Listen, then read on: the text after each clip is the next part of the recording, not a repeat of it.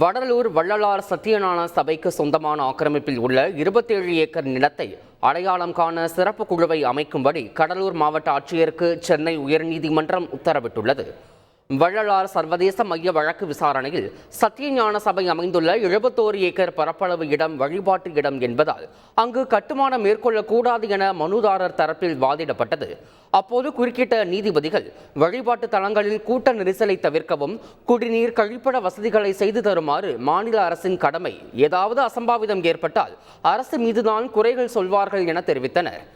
கோவிலுக்கு பக்தர்கள் 106 ஏக்கர் நிலத்தை தானமாக கொடுத்த நிலையில் அது அரசு தரப்பில் 71 ஏக்கர் மட்டுமே இருப்பதாக மனுதாரர் தரப்பில் கூறப்பட்டது.